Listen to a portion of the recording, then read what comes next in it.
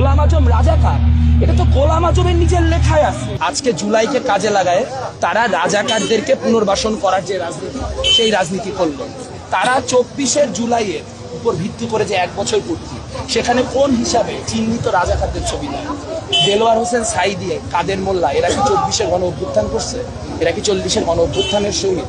তাহলে আপনি একই ঘটনার মধ্যে দিয়ে 71-এর যে শহীদ তাদেরকে তো কলঙ্কিত করলেন, আপনি 24শে যে শহীদ সেই শহীদদেরও কলঙ্কিত করলেন। 24শে শহীদ তো মুগ্ধ, 24শে শহীদ তো শাকিল, 24শে শহীদ তো রিজভিও, তারা তো কেউ এই জিনিসের পারমিশন দেওয়া যায় না।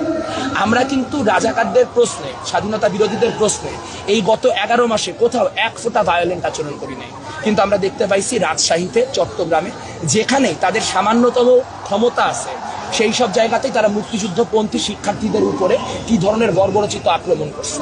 আপনারা দেখতে পাইছেন গণতান্ত্রিক ছাত্র জোটের মিছিলে তারা একাধিক জায়গায় আক্রমণ করছে।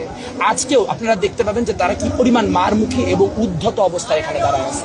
তাহলে আমাদেরকে যে আপনারা বারবার করে বলেন জুলাইয়ের ঐক্য রাখতে হবে, জুলাইয়ের ঐক্য রাখতে হবে, আমার বাপ দাদারে যে খুন করছে, আমার মা নানীদের যে ধর্ষণ করছে, তার সাথে আমার কিসের ঐক্য ভাই? কিভাবে সেই ঐক্য? তাহলে আজকে যখন আমরা এখানে দাঁড়াই, বিশ্ববিদ্যালয় প্রশাসনকে খুব স্পষ্ট একটা বার্তা দিতে চাই, সেটা হচ্ছে তারা যে ছাত্র শিবিরকে আবার রিইনকর্পোরেট করছে, এটা তারা কোনো প্রক্রিয়ার মধ্য দিয়ে করে নাই। লিয়াজো কমিটি একটা মিটিং করছে ছাত্র সংগঠনগুলির সাথে, সেখানে তারা বলছে যে যেই 2টা সংগঠনকে 90-এর সামাজিক চুক্তি অনুযায়ী বা মানে আমাদের যে ছাত্র সমাজ সেখান থেকে বাইরে রাখা হয়েছিল, এরশাদের সংগঠন ছাত্র সমাজ এবং ইসলামিক ছাত্র শিবির, তাদের বিষয়ে কি সিদ্ধান্ত হবে সেই সিদ্ধান্ত তারা পরবর্তী মিটিংগুলিতে করবে। কিন্তু আমরা দেখলাম যে লিয়াজো কমিটি ডিজলভ হয়ে গেল।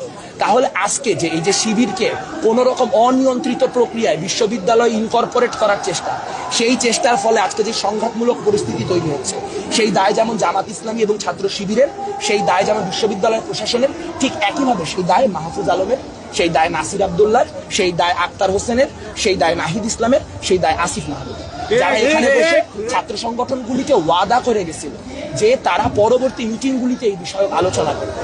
তাহলে যাদের ক্ষমা চায় ইন্টিগ্রেটেড হওয়ার কথা, তাদের কত বড় ঔদ্ধত্য, তারা এখন আমাদেরকে ক্ষমা চাইতে বলে। কেন ক্ষমা চাইতে বলে? কারণ আমরা রাজাকারের ফাঁসি চাইছিলাম।